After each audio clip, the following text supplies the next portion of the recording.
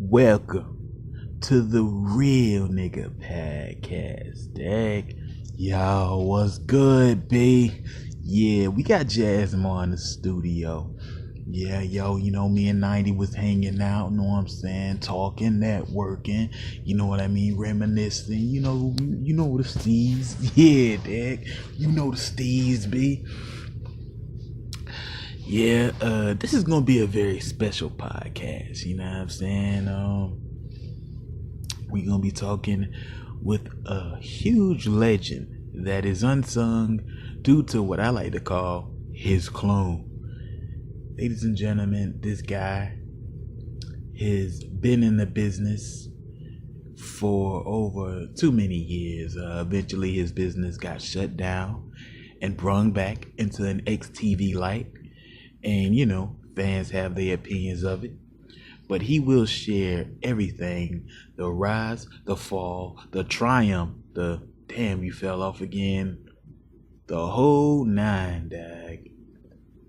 Vince McMahon. How's it going, idea? It's great to be here. Yeah, dag. You've been a fixture in XTV for years. I mean, I feel like if it wasn't for you, a whole lot of things that we see would not be around. Well, I thank you kindly for that.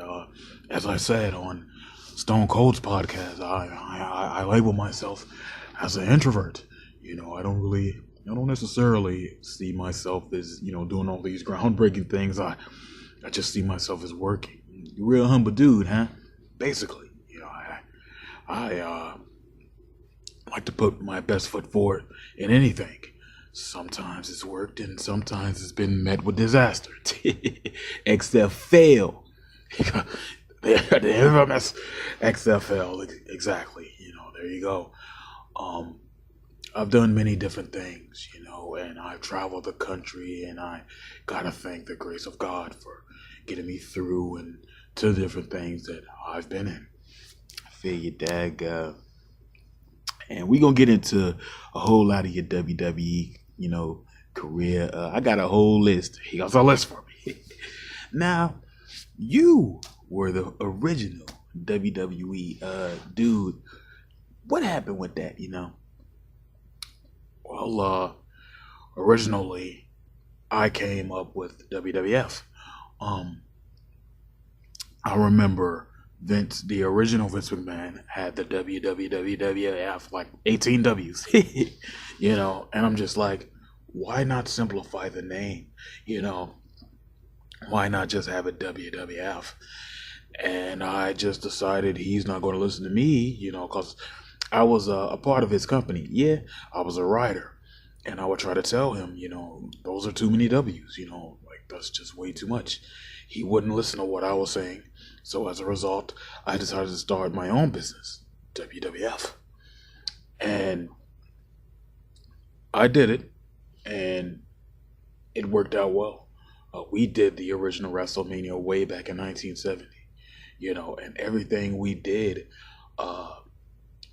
the WWE would actually try to copy, and in the 80s, because they seen how well the things we did in the 70s worked for us, so they copied our format from the 70s in the 80s, which was, it would upset us, at headquarters.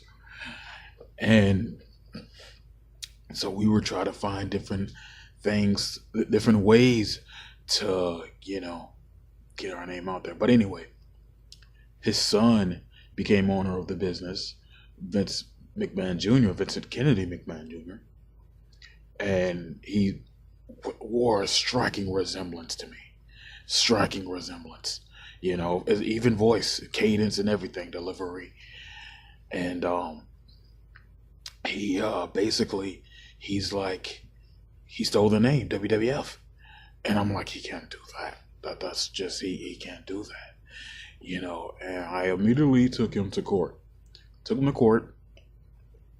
And, I tried to get my name. Wow, dag, it's a battle for WWF. Yes. And, what it all came down to, the final conclusion, because this was a war. We went to court after court, all kind of different things. There was a point where shows were getting canceled. Damn. Shows were getting canceled. As a result, fans are leaving. We're losing fans. It got that bad. It got that nasty where it's like, we're not going to stop a show over a name. You look at it now, it's hilarious, and but at that time, those letters meant a lot. You know what I mean? It's kind of like a gang fighting for their territory or fighting for their name. It's kind of like that, except we're doing it in court. You know what I mean? And so we're trying to get the name, and what it ultimately came down to is we will be called the WWF, and they will be called the WWF, basically. Because how some people be like, dude, I met Lil Wayne. Are you talking about the Lil Wayne? And they'll be like, oh yeah, I know who you're talking about, and so forth with that. But we're the, so we'll be like, yeah, I had met the such and such. We're just second rate in a way. Damn, the best. Exactly. Don't talk about him. So that's a crazy situation right there, man. I mean, because you was the original holder, so shouldn't you be the? We were so tired of going to court. I'm telling you, lawyer fees and all of this, missing shows or missing money. We just got to a point, because this lasted a good 5-6 years. Damn, all over some letters, nigga. Somebody just changed their name. I wasn't going to change that name. When you look at the history of what happened, I'm going to board meetings with Vince McMahon Sr., God rest his soul. I'm going to board meetings and different things like that, and telling him that he should shorten the letters. And he's like, no, this is how it is. I start my own business. I'm successful. Now they're trying to use my letters. They're using my letters. I didn't like that. It upset me. So, we got into a whole lot of different things. And, when you say things like shows got canceled, I mean, do you mean like Jazz done fell asleep?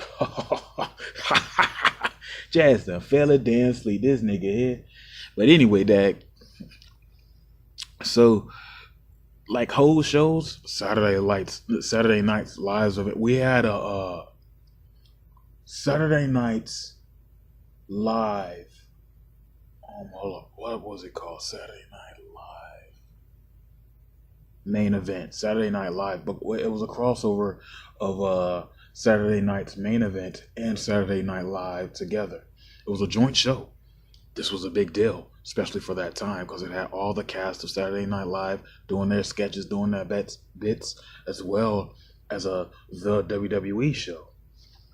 And this was big. This was groundbreaking, and the ratings pulled in, because we got different audiences for us and for them together. And, we were going to do another episode the next week, and it was talked about in the press and all of this, and we had to cancel it. And that upset our audience. Our target audience and the new audience we were gaining, we were losing a lot of money, just going to court, spending money, trying to, get this situation worked out, which ultimately it did, for, I want to say, for the best and worst, because when you look at it, we're not the mainstream. We're not the one that's still around nowadays. It's not us. It's the other company, that's continuing to strive. And, but the fact that we are breathing new light, the fact that it still is wrestling, all of what's in XTV's hands now, the fact that it still is wrestling makes me, proud and happy that it didn't just go to some guy that didn't know what he was doing with it. Feel what you're saying, Dag? That's a wild story, man. Now, let us in on the first WrestleMania. You know what I mean? I definitely was going to say XTV Mania. Let us into that, man. The first WrestleMania was not a big deal. Nah? No. It was something that we just decided to plan and build on. We put talent that wasn't at the height of their popularity yet together with one big major main event. That main event being Bruno Sammartino taking on Billy Graham for the heavyweight title.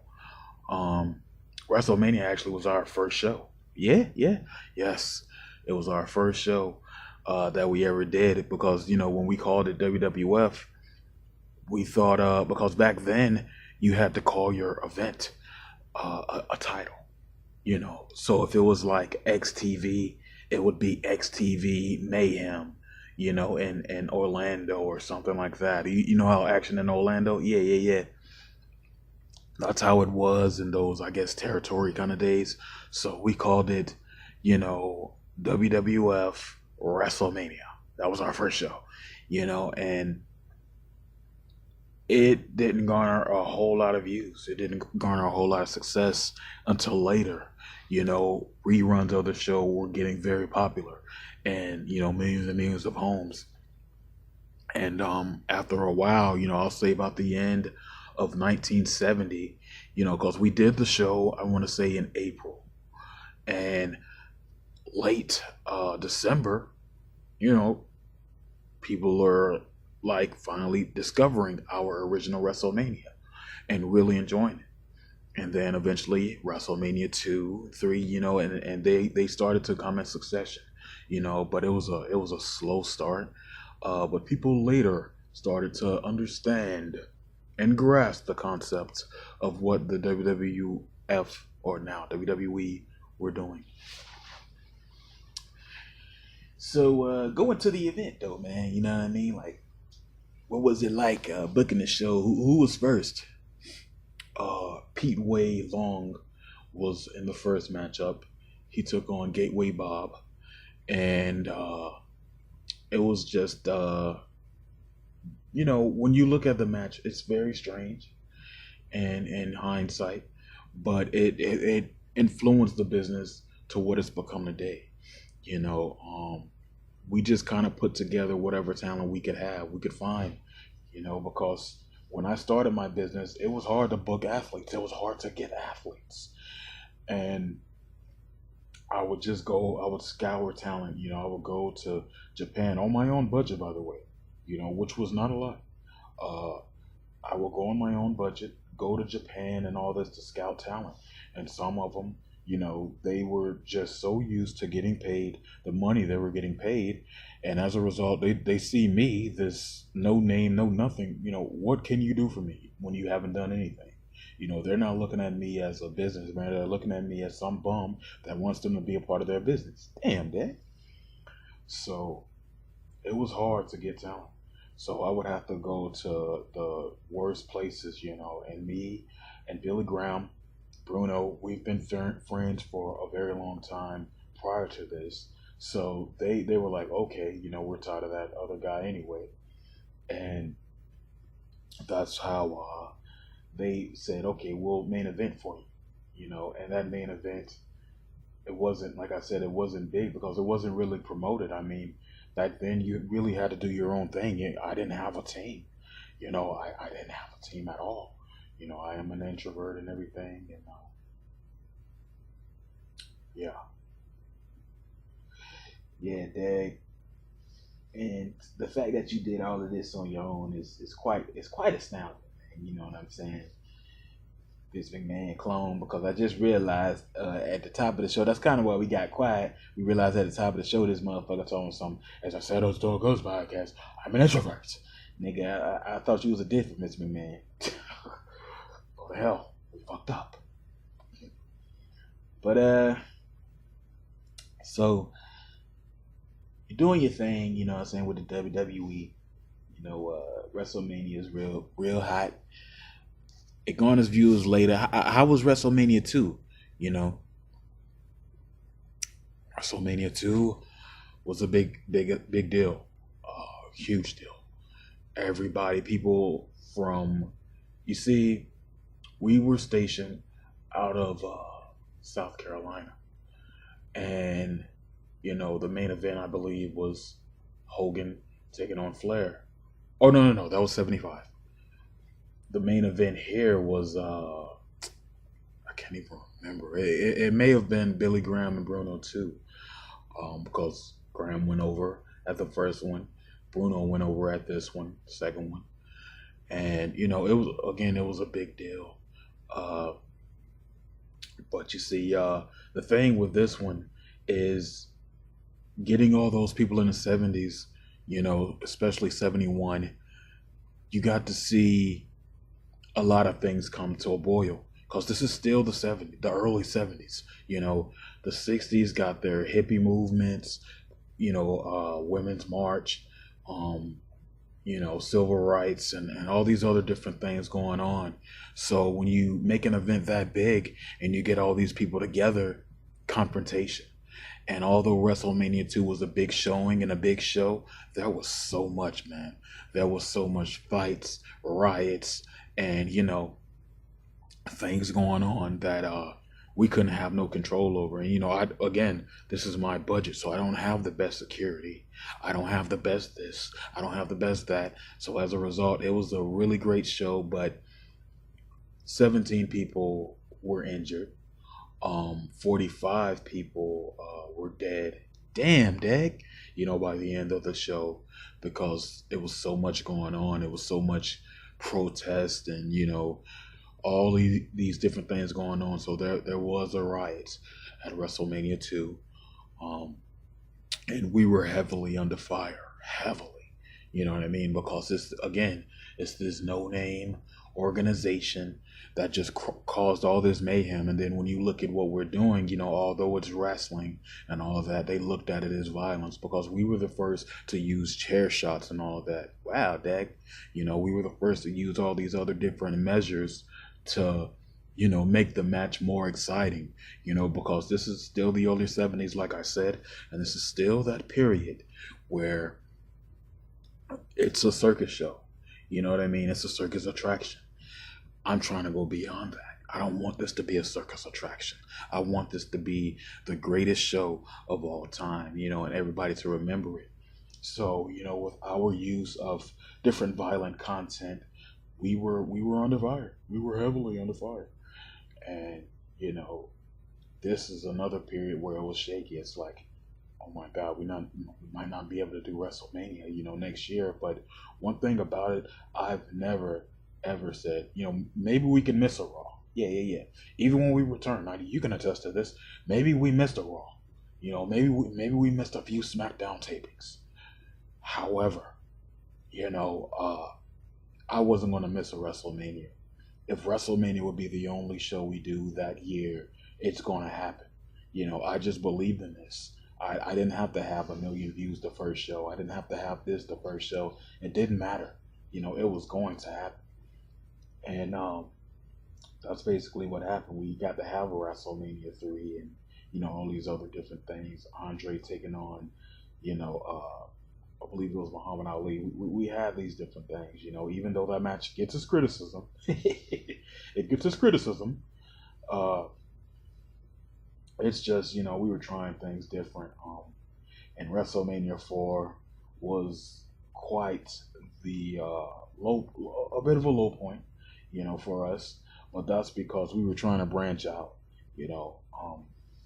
We had boxing and wrestling in the same exact night. What? Yes. WrestleMania 6, we tried something like that again, except it had all different styles. We even had karate. Overall, even though you're giving me that face, I understand it is warranted.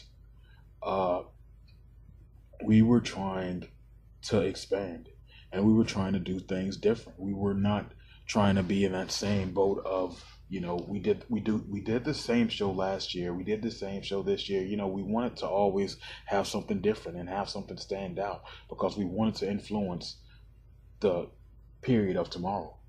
And sometimes when you're with that mind state of let me influence the world of tomorrow, you're just throwing anything out there. And that's truthfully what we were doing. We were just throwing anything out there until something stuck, to something catch. And my competition, they can attest to that as well. You know what I mean? It's true, Dad. It's true. So, yeah. I don't even remember the question. I'm sorry, 90. Nah, you good, Dag. Shit, I believe we learned a whole lot talking to Mr. Vince McMahon. Dag. Yeah. I don't even remember my question either, my nigga, Dag. I've never heard a African American refer to me as that. I thought, Dag. I mean, you're welcome. So, moving on, how did the business improve for you financially? It it improved greatly. You know what I mean?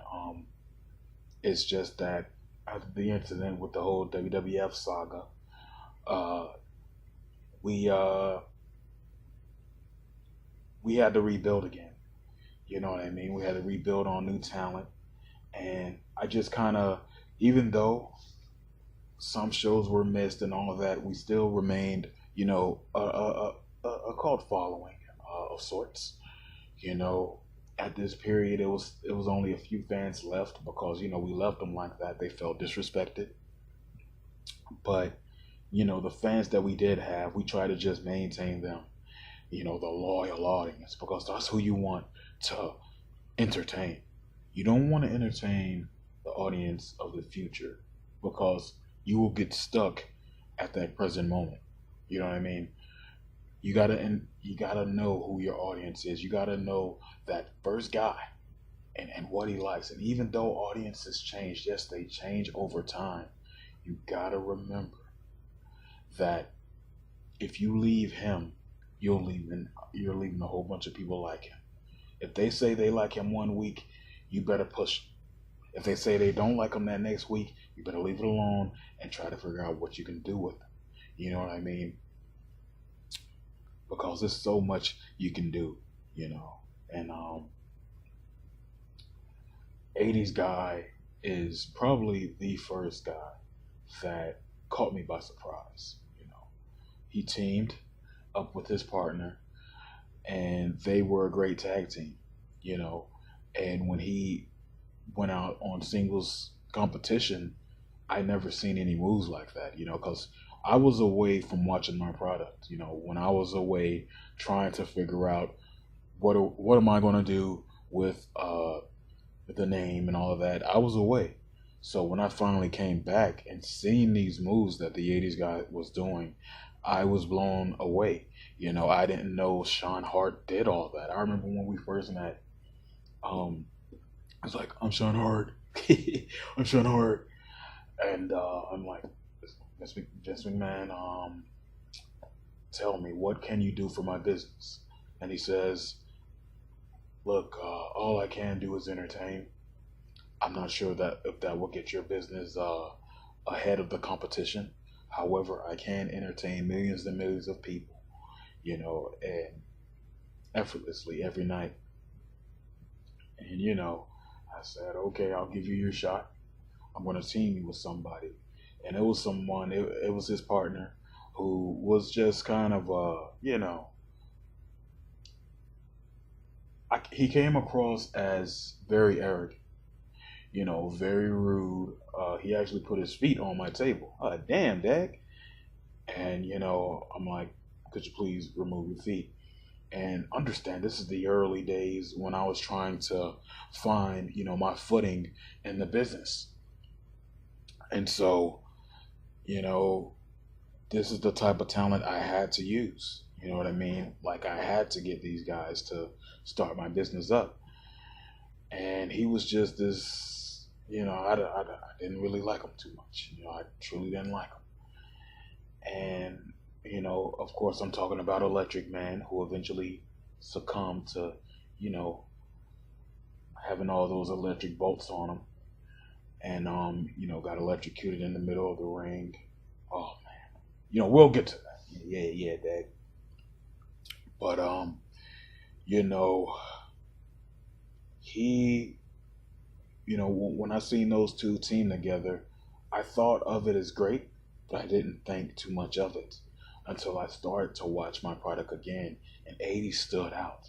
He had so much charisma at that time. He still has it now, but he had it so much back then, That's why I do nothing but RJ smile when I see 80's guy versus Bobby or anything, because the same feeling that XTV East Coast is getting, we've already had for years.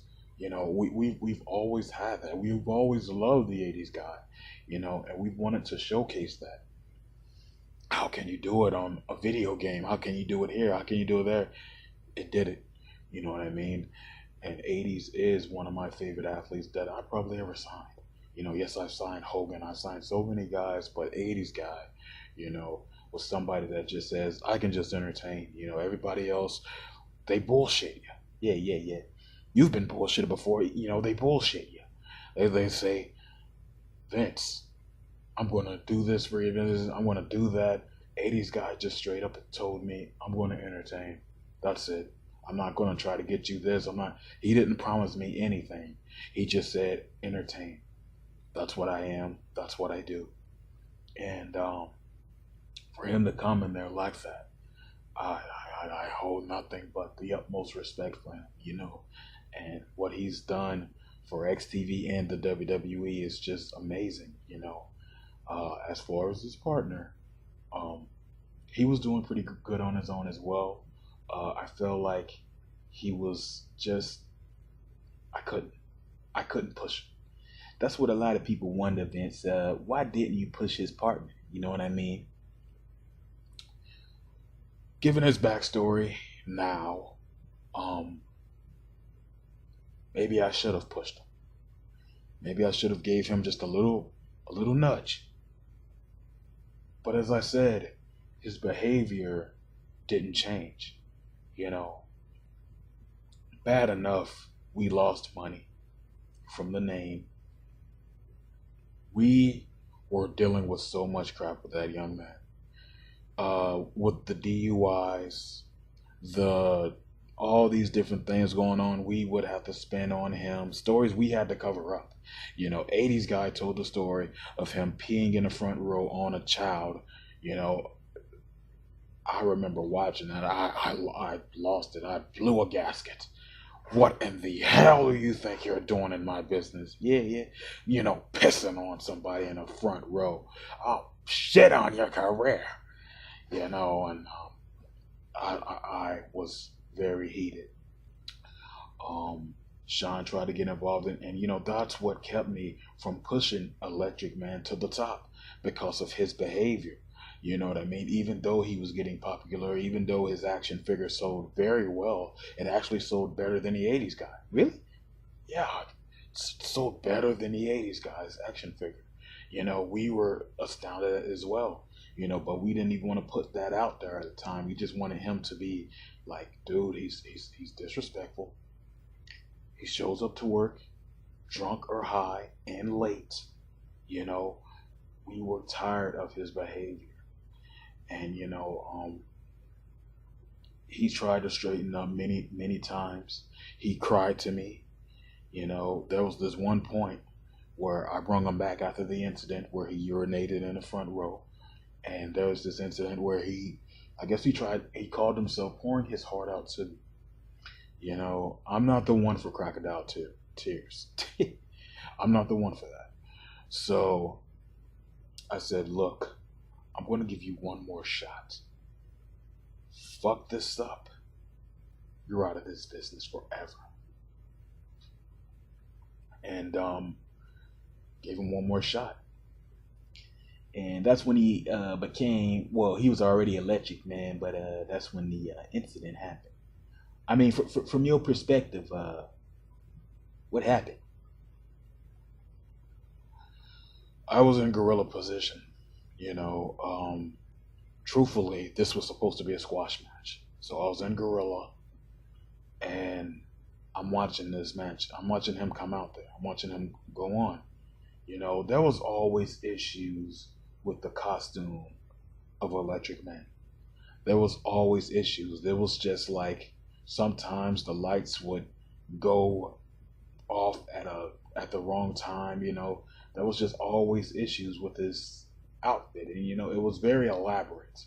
Even for today's standard, even though this is the '80s, you know what I mean, and a lot has changed since then. even for back then, how things were, like, to put like "I am Electric Man," in bold letters, scrolling up on his costume, and all these different things, that took a lot of time and effort, and it cost a lot of money. You know what I mean? First, we're spending money with him on the DUI. Now we're spending money on his costumes, and it's just to keep the fans entertained. Some people will look at it like, oh, Vince, he urinated in the front row. How could you give him all this love, all this respect? The fans loved him. You know what I mean? Never deny the fans what they love. Never do that. So, to avoid not letting the fans down, I used Electric Man. I made sure his costumes were great night after night. You know, 80s guy was the highlight guy. He was on fire at this point. He was through the roof, you know. And shoot, I just remember just seeing a bolt of electricity and then fire. That's what I remember seeing. And I'm just thinking to myself, oh, what happened in the middle of the ring? What blew up? And it immediately after I said that, it occurred to me, Electric Man, pyro. And I'm just like, holy crap. And I remember it may have been Gorilla Monsoon who ran in the ring with a fire extinguisher, trying to extinguish it. And for some reason, that made it way worse. And, it was a bigger fire, and he blew up, electrocuted to death.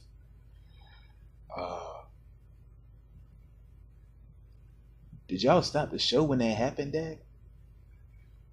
There was moments that this was, this is one of those things that I believe where time stops. And you really don't know what to do. I'm the boss of this organization. I didn't know what to do. I truly didn't. The ring was ruined. You know what I mean? And, all we could do was make sure the audience were safe at this point. So everybody had to evacuate the building. And, it was like that. I think, maybe a little later, we removed the ring. And we did continue the show. Some people say, though, Vince, like, why would you continue the show after someone has died? You know what I'm saying? I mean, wow, Again, we're on television, and I was thinking financial, money, I wasn't going to, my announcers didn't even make mention of that last segment. And I remember Gorilla's voice. I remember it now, it breaking, ladies and gentlemen. I remember his voice is breaking as he's on commentary after we've seen this, you know what I mean? From this kid just blowing up in front of our face. How old was he, Dad? He was 28 years old, and you could hear it in the audience, like, I remember, even on tape, I don't know if the tape is still available now, you can hear sniffles in the audience. You know what I mean? Because they just seen a tragedy. And even when we had the audience go back in the building, it wasn't the same audience that was, it wasn't the same amount of audience that was in there originally, you know what I mean? And it was just, it was tragic, and I just kept praying, that he was going to be okay. I remember praying and praying, like, please don't let him die this way. You know what I mean? This is just a young kid. He made some bad decision, but it's not bad enough for him to die this early, this young, 28 years old. And, he died. And I hold deep regret for that. I hold deep regret for not understanding my talent story. I was just really, back then, I was just trying to get talent to, be a part of this business, and that's all I was trying to do. I was never trying to understand these guys, where they come from, just what can you do for me? Even with 80s guy, what can you do for my business? You know what I mean? And it was very ignorant of me to bring that guy over and not know what he was going through. He urinated on, the audience and all this. And, a whole deep regretful. Now, Dag, this is crazy, man. I mean, what was the after effect of this, Vince? The after effect, I was sued. You know, people in attendance, there were kids in the audience that seen that, and I was sued heavily. It's always been a financial issue with me, because of being sued, and I already explained the name change and all these different things going on. You know, business was still good, you know, as far as viewership and all that, but it was always a financial battle, court battles. It's Bobby Heenan used to make this joke: when you're a billionaire, you got a billion problems. And basically that's what it was. When you have no money, you have a lot of problems. But when you have $1 billion, I tell you, you're going to court day after day to fight this, because you have people, not even just family members or people pretending to be family members. You have random Joe Schmoes trying to get in your pockets, people that you've never seen in your life, and you're just always fighting this battle to just say, this is my finances, this is what I created, this is mine. No one helped me get this, except the talent that I pay night after night, you know. And yeah, it's just, that's how my business was. I mean, Vince, you rarely talk about Hulk Hogan. Hogan, he was a great asset to the business. Not necessarily my business. It's many different people, but Hogan was a big asset. He did a lot. He gave it more popularity again. When I felt like it lost it. But we were okay. Until he went to that other organization.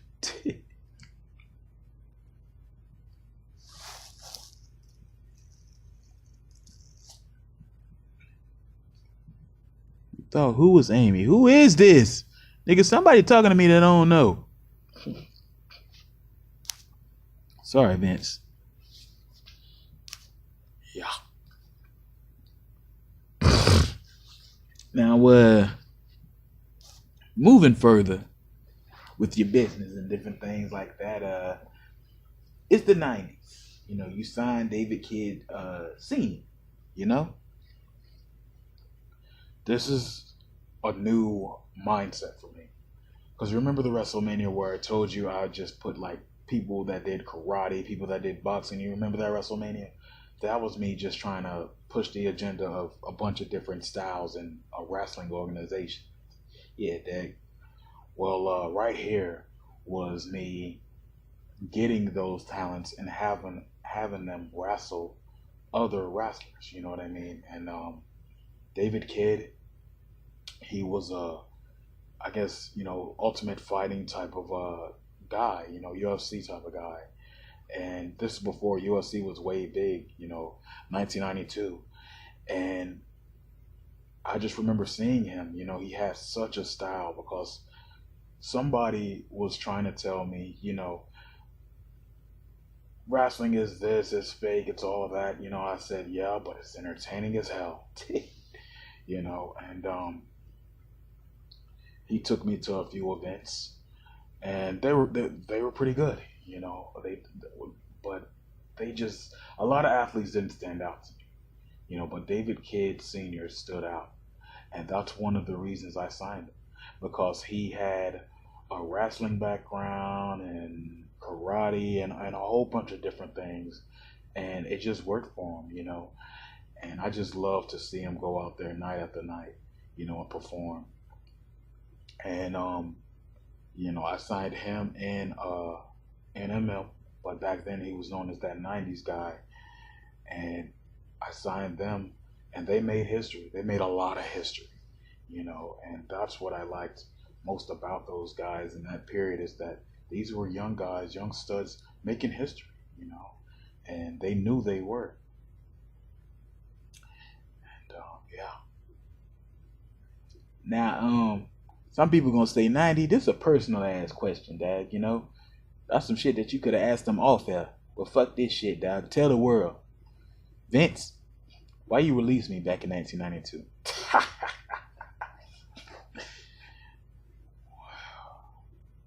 Let's go into it, dad. I was lovable Flamingo. You know what I'm saying? And I ain't like that gimmick. I ain't like it. You know, I had to be very gay. You know what I'm saying? Like, that's the only way I can describe the gimmick. Very gay. And, you know, I mean, I did it. Coming from the hood, you know, and you get a call like that, you know, like, yeah, man, we want you a part of our business, you know. Shit. What I got to do? I'll be a sellout. Fuck it. And you got me a lot of ass whoopings, dad. You know what I'm saying? What's up with that shit? I signed you October 22nd, 1991. Damn, your memory good as fuck. And I didn't know what to do with you. You know, this was a period where we started to have a drop off. Because once the incident happened with the Electric Man, talent didn't want to sign with us at all. You know, we were having a lot of issues. 90, you know, and talent didn't want to sign with us because they thought that we, you know, we would get them killed, and so we just were like, you know, randomly scouting people. We were lucky to get David Kidd. We were lucky to get NMM. We were lucky to get all these different people. So, hold on. Give us 1 second, Dad. We'll be right back, ladies and gentlemen. But so, yeah, we were trying to just get talent. You know, it's like when the WWE proved to be a big deal and in everybody's household and everybody's mouths, when it proved to be a big deal, the incident happens with Electric Man, you know, and now we're back to early 70s trying to get talent all over again. And we were just trying to go anywhere to get something, and you were a last minute thing, you know, and we picked you, and we didn't know what to do with you. You know, we didn't want to do nothing street to, you know, have issues, because this is 1992. This is the LA riots, you know what I mean? And we didn't want you to be a stereotype of it, you know, of what was going on, because we didn't want those type of issues coming to us. So all we could think of, you know, with you, and we had another guy, and I'm like, let's call him Papa Shango. It's basically my humor, which is why you were lovable Flamingo. You know, if you wasn't Vince McMahon, I'd slap the shit out you, Dad. Don't laugh, Dad, because your ass talking about something. Yeah, my old ass history. You know what I'm saying? I mean, humor. That shit ain't funny, Dad. When dress me like a bitch. It's a black man dressed in transsexual, bitch. 2-1 fool. Yeah. That's just what the gimmick was. We didn't know what to do, you know, and it didn't work, but we were pushing it. We're like, they're gonna get it, you know. I don't know. Sometimes I'm a visionist, and I see things working, you know what I mean. But sometimes my visions are wrong, you know, and I pushed forth the vision of this lovable Flamingo. Mwah, mwah. That's one of the reasons I was a fan of Johnny B. Bad. I like those kind of characters, you know, just so eccentric. You know, yes, you know. And that's why I decided to have you in that gimmick. But it didn't work, and, you know, eventually you fought Hulk Hogan, you know, and a big match for him. And that's why I put you in that main event, because I believed it was going to work. And you decided to climb that scaffold. Don't blame me, Dad. Man, I thought you told me to climb that scaffold. I didn't tell you to climb it. I told you to go next to it. You told me to go next to it. Yes. Well, Gerald Briscoe, punk ass, told me you told me to climb it. Well, that's Briscoe. You gotta listen to your boss. Anyway, you climbed it. Hogan pulled you off, and you were injured. Yeah, Dag, I was fucked up. And then you released me. Now the question was, why the hell you released me? 90, money became an issue. It's always about that bread with these crackers. Look, money became an issue, and you weren't the only one we released around this time. You know, we had to get rid of you. We had to get rid of Papa Shango. We had to get rid of a lot of talent that weren't really doing anything, that was that spectacular. You know, bitch, I fell off a damn raft and you telling me I ain't do nothing spectacular? Just calm yourself. Look, it wasn't spectacular enough to garner eyes. What Hogan was doing was big and groundbreaking, and we were just trying to cut costs. We were trying to save money, and you were one of those ones that we released. Do I regret it? Yes, I do strongly regret it, because we could have found another thing to put you with. We could have put you with another partner. We could have put you with Papa Shango, and we could have seen what happened with those two. You know what I mean? Lovable Flamino and Papa Shango. What would have happened? I would have damn whooped your ass because I don't want to be with a voodoo nigga being a gay nigga. So we tried to figure it out, and it was easy to get rid of you. What are you saying, my nigga? Get out of here, Wells. It was easy in the fact of, let's get rid of people that aren't really doing anything. When we looked at the viewership of our shows, Saturday Night's Main Event, and all these different shows, we seen the people that were doing big numbers and the people that weren't, and you were quite low. And the fact that you were that low, we said, okay, we can cut him. And that's basically what we were doing. We were looking at the viewership and seeing which people were garnering viewers and who wasn't. Hogan obviously was big attraction, you know what I mean? But you, Shango, those guys weren't, but 90s guy, the kids, 80s guy, of course, he was the top guy in the company. Those guys were the guys we wanted to keep, to see what we can do. Original talent, and great things, that they could do for the business. Feel you, Dad. It's all about business. I still want to slap the shit out of you because my back hurt it and you ain't paid my medical bills. That's another thing I want to know, Dad. Money. It cost a lot to, do that. I should have sued your ass. Telling some money. I should have got myself some damn money.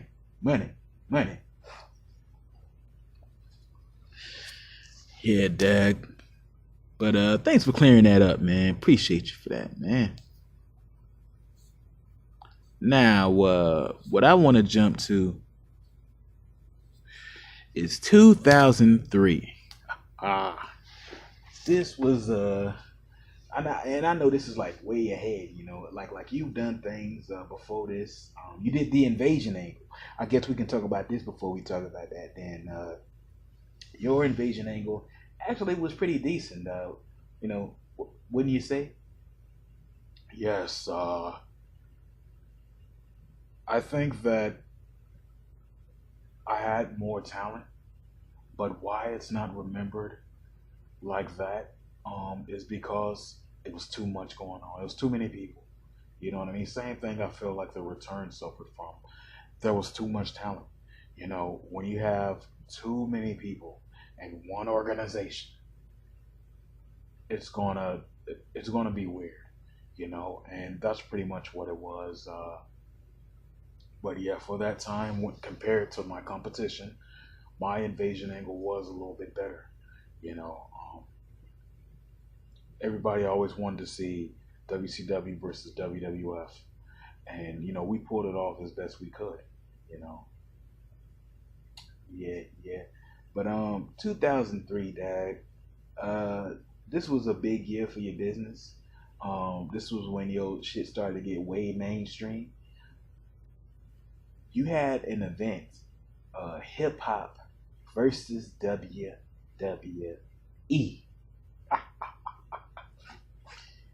You know, how did you get Buster Rhymes to fight Booker T? Well, the luck of money. you know, um,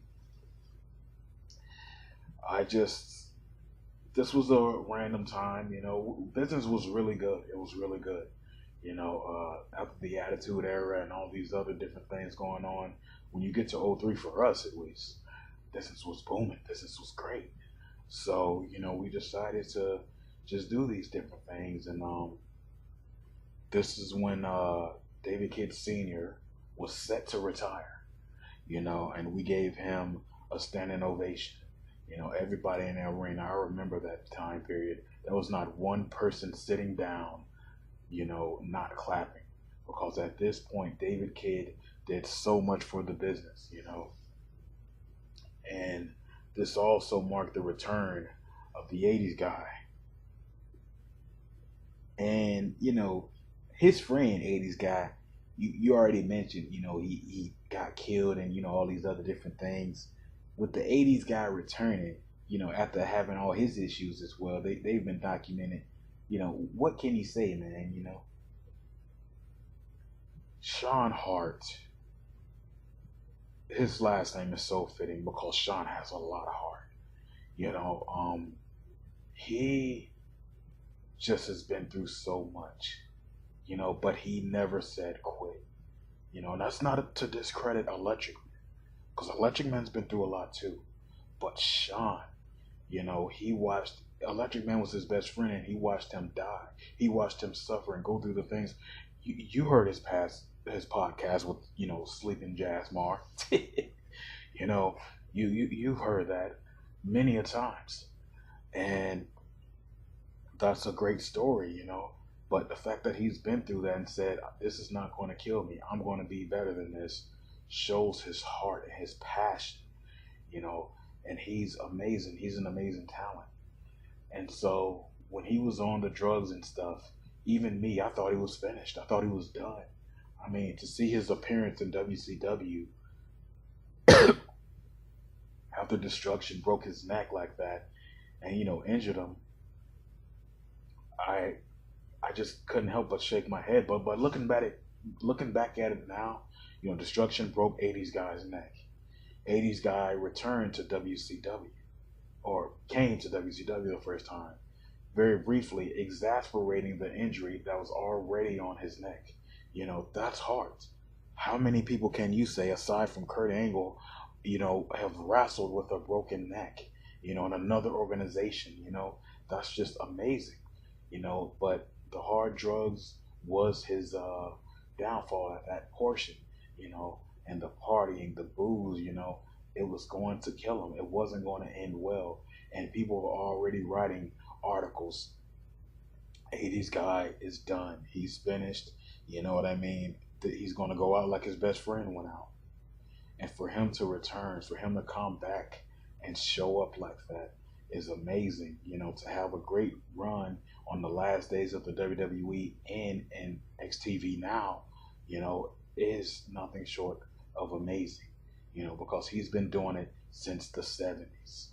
It's 2018 now, and he just created himself, which is amazing. You know, and he just has that heart. Ric Flair has that heart. Sean has that heart, and that's why I don't ever see him ever leaving. He has the biggest heart, in this business, and David Kidd's son actually came to the WWE to very big success, amazing success. Usually when children of stars come to wrestling, we're always iffy. You know, you can look at Curtis Axel, and there's many others that have been sons of professional wrestlers that just didn't really work out. You know, but David Kidd Jr., he worked out very well, very well. You know, and it was just fitting to team those guys up and see what they did. And the fact that David Kidd Jr. won the championship the same year his dad retired was just a beautiful story. And I just remember that portion. It was like a movie. You know, when I look at the David kids, when I look at their whole history, they have the best story, you know, best family story that I've been a part of in this business, because it's like '03 is just the final chapter. He's doing a clap, the dad's doing a clap, he has the title, he won it from Brock Lesnar, a person that's just running rampant through the roster in 2003. It's crazy. And it's just the best Rocky Balboa story. I think there should be a movie made of them. I think it should, Dag, because now that you mentioned it, you know, them motherfuckers, they just always like just doing some amazing shit. Like you said, Brock Lesnar was beating everybody's ass, and then he whoop him. When I said whoop him, the belt YouTube group.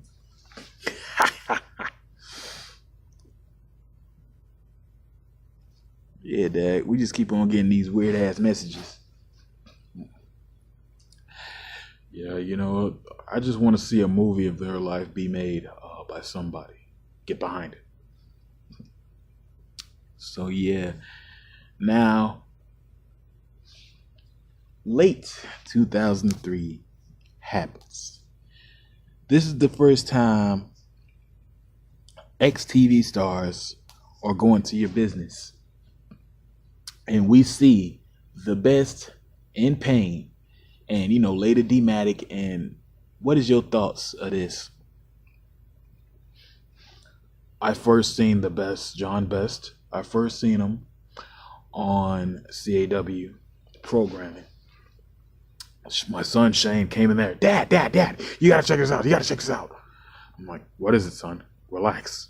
Shane has ADHD. And he's like, you gotta see this, Dad. Come on, Dad. And I see Best do this promo. He's basically saying he's leaving CAW if he wins the title and going to the WWE. The WWE. I mean, the WWE. And he's like, you got to check this out. And I see the promo, and the passion I seen in this guy's eyes, I haven't seen in a very long time. And just how he knew that he was going to go to the WWE. I was going to sign him. And he was going to do very well in that organization. Just how he already had this consumption that I'm just going to say, oh, based off of this promo, I'm going to sign you. Okay. But I signed him, and I told him, I'm like, okay, but you're going to have to start off at the bottom. I don't care what you did in CAW. Start off at the bottom. And that's what he did. And he rose to the top. And I had nothing but respect for the Best. Because he was a person just like Sean, never quit. Never say that, like he just was great. His moveset, the best attack drop, every different thing he did was just unique to his character. You could put him in any situation, but he'll be himself in that situation, story mode or anything. As for the pain was dangerous.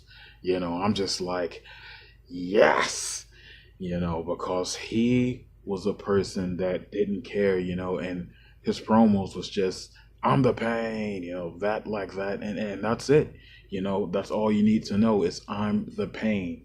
I don't feel pain because I am, and that whole mentality, the fact that that's what he thought, like I am the pain, no matter what, no matter who comes in my life, they're going to feel me. And, they both came in at the same time, worked their way up equally, and they both won gold. And I'll say, The feud was one of the greatest feuds of all time, you know, and I'm so happy to have had them be a part of my organization because they did a hell of a lot for it. They did a hell of a lot. You know, when I see things like when the Pain at Backlash 2004, when he broke KBS's neck or David Kidd Jr.'s neck, even though it's messed up and, you know, he was in a lot of pain, I looked at that as the forcing of the passing of the torch because people thought the business was going to go in David Kidd Jr.'s hands. You know what I mean? Because that was just fitting. His dad did it all these years. Now his son is doing it, you know, for these next few years. But then the Pain breaks his neck and takes the title, you know, and says, "No, this is mine." That was great, you know. And going back to the best, him winning the MLW, WWE, CAW, all those titles, you know, and the tag titles was just great. And these guys were just doing something that never has been done. You know, like I said, the WWE's been around since the 70s, but I don't think nobody's ever held this much titles when they first came in, you know, except them. You know, maybe it has been a few. I'm getting up there, you know, but those guys, they were beast. You know, they were very beast. This is the most ghetto Vince McMahon ever. This nigga said them niggas was beast. Them niggas was hard. Now CAW invades WWE. You have a few talent come over there. Monster. I think I came for a brief time. What was your thoughts on that? Again, this is a different mentality with me. This is me saying, okay, guys, look, I'm signing you over to the WWE. You guys are going to have to get yourselves over. You see, because in the 90s, I was just like, you know, doing things, hoping it would get over.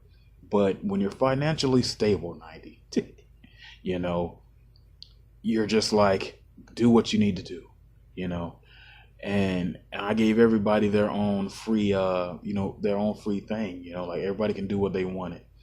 And for some, only for two it worked. Well, for three, you know, D-Matic, it worked. Faz, it didn't work, you know, and all these other different guys, it just, things didn't work out, you know, like they seen it working out. And what do you think that is, though, man?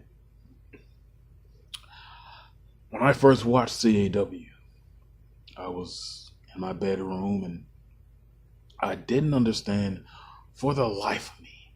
I would ask my son, Shane, my wife, Linda, what's going on? You know, why do people like this?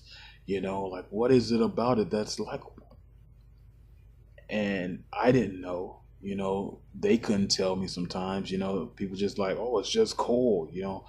And I would say, what's cool about it though? And so since I didn't get it, I would let them do what they wanted to do on my program, you know, and it didn't work there, you know. I think that what CAW is the shit works on the shit work, you know what I'm saying, when it's like in a local type of, you know, place instead of like somewhere that's like mainstream. Like, you know, you'll never see no old like rusty dungeon type of wrestling working inside a major, you know, corporation. You know what I'm saying? Some things just meant to be underground, you know, and I think that's probably what it was with CAW. It was way too underground to be accepted by the mainstream. Exactly.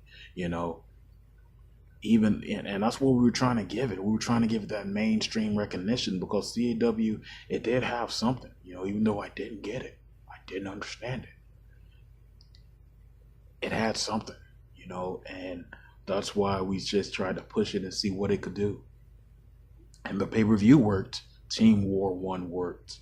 Financially, it's one of my most successful pay-per-views next to WrestleMania 31. Wow, Dad. You know, it was very big. But as I said, some things work out, some things don't.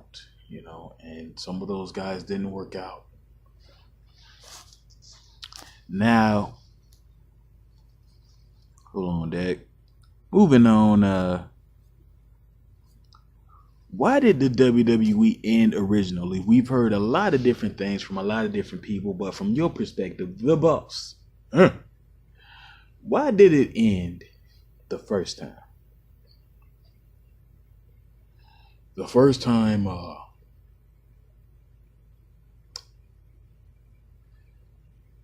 there came a point where there was too much going on. XTV. Oh, no. Wait, Vince. Hold that thought. I forgot to ask you something. This is important. Damn, that was rude of me.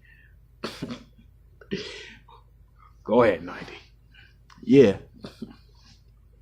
NMM. How did you feel about him being the first guy going to XTV? I felt great. Everybody have their own different opinions of NMM going to WWXTV. Excuse me. But I had no qualms with it. I certainly didn't, because we're already getting talent from CAW, WCW. All these different people are coming here. It's only fitting that these other guys travel and do more with their talent. Because just because you're in, I never looked at it as the whole family and it's just us type of thing. You know what I mean? Although I'm introverted, I like to go places. I like to do different things still. I like to have fun as an introvert, just not with a lot of people. So, when I go this place and go that place, I'm traveling. I want NMM to travel. I want everybody to do that, but I never looked at it as this tight-knit family. It's like, if you gotta go, you gotta go.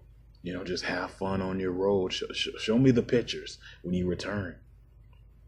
NMM and me kept in contact through his success in XTV, and that's another different thing. That's another thing. It's like the WWE audience are seeing the XTV audience. The XTV audience are seeing the WWE.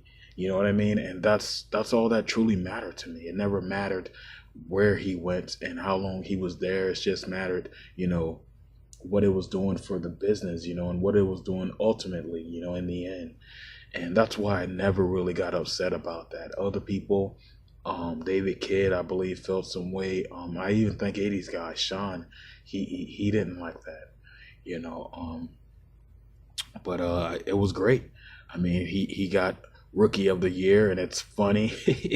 He's been wrestling since '85, and they gave him Rookie of the Year, which is what's weird, but it's an amazing thing, But world's going, with the ending of the business.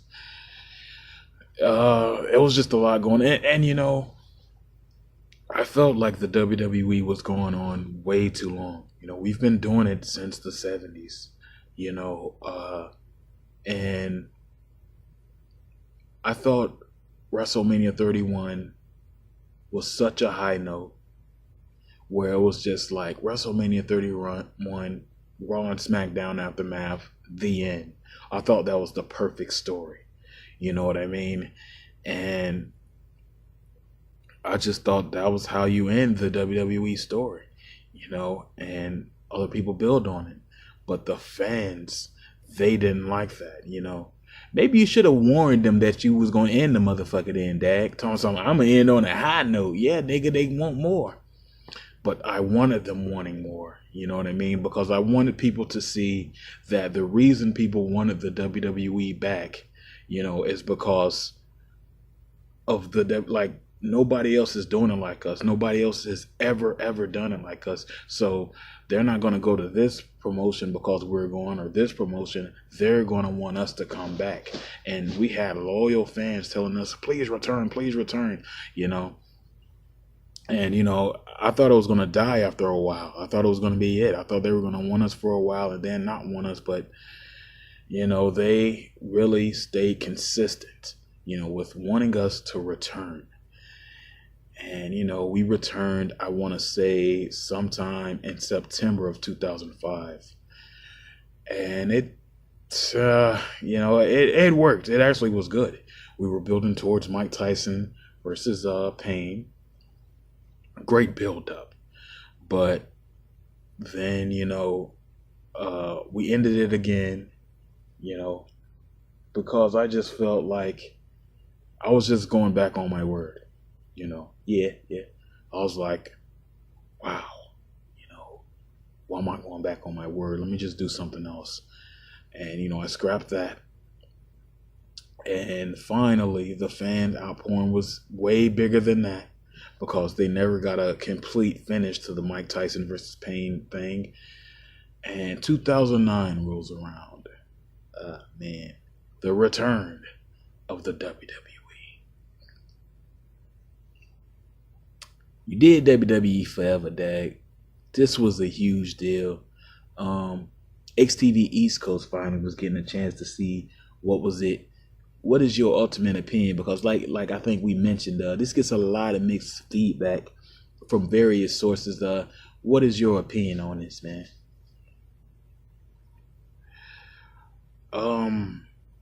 You know, the original audience for the WWE not really wanting to accept this new direction. Ultimately, that's what I look at it as. When we did it, it was just so much. We were kind of restricted with using a video game. And I kind of think that that probably plays into why. And on top of that, as I said, the WWE, they are this is ours. Nobody else can come in. And when XTV is involved, they don't like it because now it's losing its purity. It's no longer pure. It's mixed with XTV. It's like, what is this? Who was a Bobby? Who was a Killer? Who was all these other different guys, People know 80s guy. People know David Kidd. These are the people that they want to see. So when in the main event of SummerSlam 2009 is Bobby versus Triple H instead of 80s versus Triple H, people are upset. People are angry, When we started the WWE Forever show, even though we can't find the footage, I remember the audience. It was a lot of audience. Like everybody was in the building. They were waiting for the show. And I remember the boos. You know what I mean? And people were booing because they didn't know these guys, Like with the WWE, our format was you got to work your way. Even with the announcers back in the day, they had to be on like a random kind of like Sunday Night Heat kind of a show. And, based off of, how much they stand out as a voice, they'll probably move to Raw. And, we test people out. And with the XTV guys, we didn't test them out. We just kind of threw them out there like, look, it's XTV, And I think that's what the people didn't like and didn't get about it. It's like, who are these guys? We never got properly introduced to them.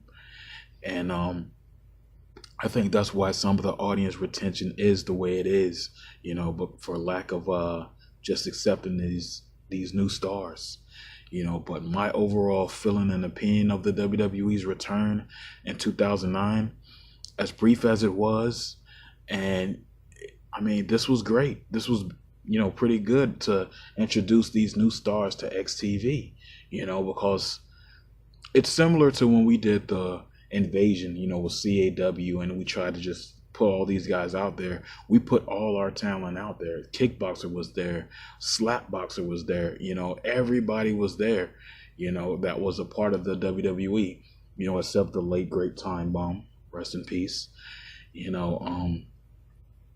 It's just we put everybody out there so they could see it, and the XTV, eventually these guys went to XTV and they found their own individual success, But overall, I think it's great. People's opinion on Bob Classic. Look, Bob apologized, which is very bold of him. One thing I always loved about Bob, he was very bold. But Bob that didn't offend me any. Even he was just healing. He did it right. He healed in one organization by exposing the organization and, was a face in the other organization. It made a lot of sense. You know what I mean? Even though, yes, you could say he's dissing my company, dissing my legacy, but it wasn't. If he really truly didn't like it, he wouldn't have been a part of it. That's just it. That's the fact. Was he the ultimate heel? Yes, he was. But that's what he was trying to portray. And when you look at what he was trying to portray and what he portrayed, he did it well. He got a lot of heat even after the show was over. The WWE is over with. It's not here anymore. But the fact that he still has heat, he is the ultimate heel. You know what I mean? I don't know. Maybe people are angry because the heat didn't go to Killer, but Killer didn't do anything that, bad or anything there. It was Bob, who ruffled a lot of feathers, just as he should have, Wow, dag. That's crazy. One thing you mentioned is talent coming to XTV, working out and some not working out. One who didn't work out, to a lot of our, surprise, is Destruction. You know what I mean? Why don't you tell the story of Destruction? Destruction is a guy who had a build like Goldberg, but an attitude like Stone Cold, and he was all our own. And Destruction was big. He was bad. He was nasty, and he broke the 80s guy's neck. A lot of people, think that, why would you, give him all this credit and he broke one of your favorite talent's neck? I didn't tell him to break his neck. It was an accident. Those things happen. But he was big. He was the biggest name. He was actually, I will say, go on record to say he was bigger than Hogan, in the WWE. He was just that face, that name that everybody knew. You were either talking about Stone Cold, Goldberg, or Destruction. And Destruction left for a little while, I guess to deal with personal issues. But then ultimately he returned. And when he returned, it was in 2003 when he fought Brock Lesnar and won a hell of a match. It was a cell match. It was one hell of a match, And that happened, and he ended up on top even after the WWE was closed. So when he returns to XTV already has a Charles Dean, so nobody cares about a Destruction. Nobody knows a Destruction. Destruction had to work way to the bottom. He even did GXT, it's kind of unfortunate, I'll say, with Destruction, because maybe if he would have came a little before Charles Dean, maybe he would have worked. You know what I mean? Maybe he would have been a big name. But the fact that he came after Charles Dean made him seem like a ripoff. You know what I mean? And all the negative comments towards him, they're unwarranted. He was a person that actually did, in reality, came before Charles Dean. I'm not saying Dean's a ripoff. That's not what I'm stating. All I'm saying is this guy was a bigger name, in another organization doing the same thing he did that you guys know nothing about. So, lay off with the disrespect. That's all I'm saying. Lay off. We about to wrap this up, Dag. Seeing the WWE and XTV, what is your ultimate opinion? I mean, seeing the 80s guy, I touched on it briefly as we were talking.